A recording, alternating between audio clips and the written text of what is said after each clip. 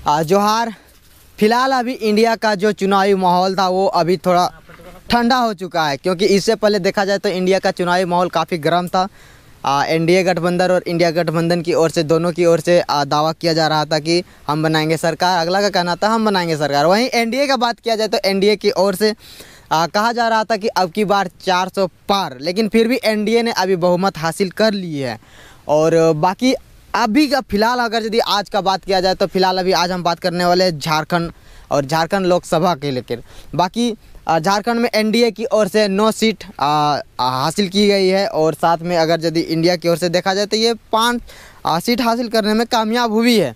और साथ में ही आज एक और व्यक्ति का चर्चा करने वाले हैं जिसका नाम जयराम महतो है। जयराम महतो एक प्रकार से इमोशनल बन लोगों के बीच में, यानी कि भाषा आंदोलन जब शुरुआत हुई थी उसी समय जयराम महतो का उदय होता है और लोगों के बीच में एक प्रकार से जगह बना लेते हैं। तो आज उसी सिलसिले में हम जयराम महतो के बारे में बात करने वाले हैं। जयराम महतो भी अपना एक पार्टी बनाए थे, एक समिति बनाए थे JBK, जिसका केंद्रीय अध्यक्ष जयराम महतो। बाकी जयराम महतो काफ़ी 8 लोकसभा झारखंड में जितने भी 8 लोकसभा से कैंडिडेट खड़ा किए थे, जिसमें हम लोग स्वयं झारखंड का गिरिडीह लोकसभा से स्वयं प्रत्याशी रहते। और उसके विपक्ष में 2 गद्दावर नेता भी थे, CP चौधरी जो कि पूर्व का सांसद रह चुके हैं, और साथ में एक झामुमो का उम्मीदवार मौथरा प्रसाद महतो थे। और वही दोनों के साथ टक्कर होने वाला था जयराम महतो का, लेकिन जयराम महतो ये दोनों के सामने टिक नहीं पाए। जयराम महतो का टोटल वोट लमसम 3,47,000 शायद 322 या 32 है। बाकी फ़िलहाल अगर यदि बात किया जाए गिरिडीह लोकसभा को लेकर, तो गिरिडीह में हर एक आदमी का दावा था कि जयराम महतो यहाँ से निकल रहे हैं, इसे कोई नहीं रोक सकता। जयराम महतो को महतो का इतना हवा बन चुका था गिरिडीह लोकसभा में। गिरिडीह के साथ साथ में जयराम महतो को पूरे झारखंड के जितने भी लोग हैं सभी लोग जानने लगे थे, और साथ साथ में वो इंडिपेंडेंट कैंडिडेट थे। और इंडिपेंडेंट कैंडिडेट लमसम आपका एक राजस्थान में रविंद्र भाटी थे, और बिहार से पवन सिंह लड़ रहे थे, और झारखंड से निर्दलीय प्रत्याशी जयराम महतो। ये तीनों कैंडिडेट का काफ़ी चर्चा हुआ पूरा भारतवर्ष में। बात किया जाए गिरिडीह लोकसभा को, तो जिसमें जयराम महतो काफ़ी सारे दौरा किए, काफ़ी सारे गांवों में गए, वहां भी पता चला कि नहीं गिरिडीह लोकसभा जयराम महतो निकाल रहे हैं, यानी कि जयराम महतो को गिरिडीह लोकसभा से नहीं कोई रोक सकता है। लेकिन गलती कहाँ हुई? आखिर गलती है किसकी? जयराम महतो की, या जयराम महतो के समर्थकों की, या लोगों की, या कहीं ना कहीं जो गद्दावर नेता हैं उनके नीति के सामने जयराम महतो कहीं नहीं टिक पाए?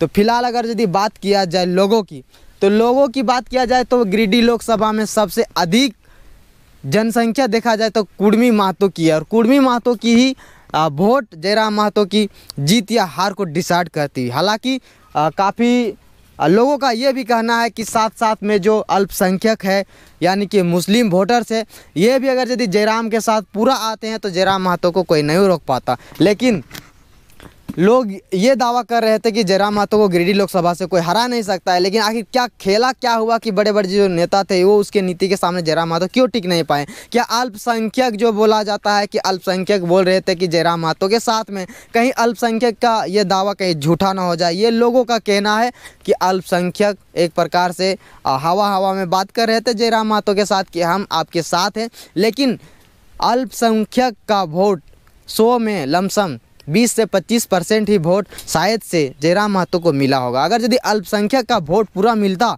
गिरिडीह लोकसभा में तो निश्चित तौर पे हम कह सकते थे कि जयराम महतो को विजय होने से कोई नहीं रोक सकता था। हालांकि खैर जो भी हुआ अच्छा हुआ। एक प्रकार से इंडिपेंडेंट जयराम महतो चुनाव लड़े और काफ़ी बहुमत हासिल किए। एक प्रकार से 3,47,322 वोट कोई आम वोट नहीं होती है। इतना वोट लाते में आदमी बूढ़ा हो जाता है। लेकिन बात किया जाए जयराम महतो का, तो जयराम महतो झारखंड के लिए एक उभरता हुआ सितारा है, और लोगों के बीच में घर बना चुके हैं। और लोगों को जयराम महतो वीडियो के माध्यम से भी कहा है कि कोई दिक्कत नहीं है, कोई बात भी नहीं है, ये हम लोग का पहला इलेक्शन है, और स्पष्ट रूप से ये भी बताया कि कोई बात नहीं, हम लोग अगला इलेक्शन में हम लोग का जीत तय है। वहीं जयराम महतो ने वीडियो के साथ दावा किया कि लोग ज़्यादा घबराए नहीं, ये लोकसभा का चुनाव था, तो आप लोग आराम से जाके विधायक यानी कि विधानसभा का तैयारी करें, ये विधानसभा हम लोग जीत रहे हैं। और जयराम महतो ने स्पष्ट ये भी किया है कि JBKSH यानी कि लमसम काफ़ी अच्छा प्रदर्शन करेगी। और साथ साथ में ही गिरिडीह लोकसभा से लमसम आपका 6 विधानसभा पड़ता है, जिसमें काफ़ी सारा मात्रा से आपको लमसम डुमरी से 90,541 वोट प्राप्त किया जयराम महतो ने। उसके बाद गोमिया से देखा जाए तो गोमिया से 70,828 वोट मिले जयराम महतो को। और टुंडी में 59,421, बेरमो में 53,393, बाघमारा में 40,272 और गिरिडीह लोकसभा का गिरिडीह विधानसभा का बात किया जाए तो इसमें टोटल 21,786 वोट प्राप्त हुए जयराम महतो को। तो बाकी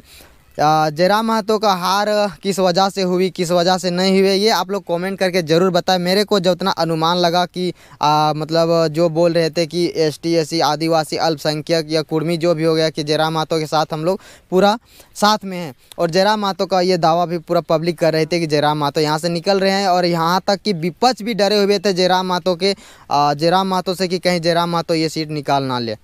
हालाँकि जयराम महतो एक उभरता हुआ सितारा है, उसे अभी ज़मीनी मुद्दा लेकर काफ़ी सारे बात करते हैं, नीति नियम को लेकर बात करते हैं और ये अभी उभर रहे हैं, लोगों के दिलों में भी बसते जा रहे हैं। बाकी अभी बहुत लंबा समय है, तो देखते हैं आगे की स्टेप जयराम महतो क्या लेते हैं। बाकी हमारे वीडियो के साथ बने रहिए। जय हिंद, जोहार झारखंड।